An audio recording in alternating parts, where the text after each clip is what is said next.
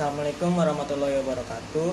Perkenalkan, nama saya Faransyah dari kelas 12 IPA 4. Jadi, saya akan melakukan tugas video kali ini untuk mewawancari seseorang tentang masa Orde Baru di Indonesia bersama narasumber saya, yaitu ayah saya sendiri. Jadi, apa yang ayah ketahui tentang masa Orde Baru di Indonesia pada saat itu? Orde Baru itu adalah masa yang terjadi setelah mundurnya Presiden Soekarno dan digantikan oleh Soeharto. Sistem pemerintahan ini berlangsung cukup lama, yaitu selama 32 tahun dari tahun 1966 sampai 1998. Pada masa ini banyak kebijakan yang memiliki pengaruh cukup besar terhadap negara.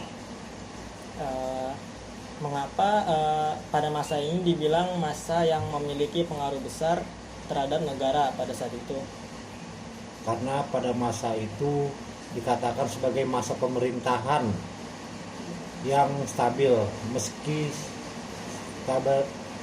stabilitas politik tercapai dan pembangunan ekonomi sudah teraih, namun kebebasan dan hak-hak warga negara diatur dalam konstitusi yang membuat pemerintahan berlaku seenaknya terhadap rakyat.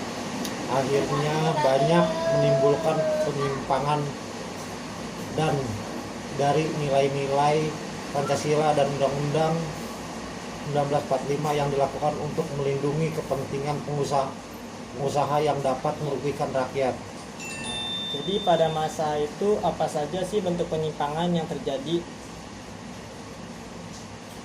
Bentuk penyimpangan pada masa Orde Baru ada banyak diantaranya. 1. Maraknya terjadi korupsi, kolusi, dan nepotisme. Pembangunan yang tidak merata sehingga terjadi kesengajaan sosial. Banyaknya pemberontakan dari masyarakat. Terjadinya kesengajaan ekonomi. Tidak adanya kebebasan berpendapat. Keamanan dan kedaulatan negara dilakukan dengan cara kekerasan.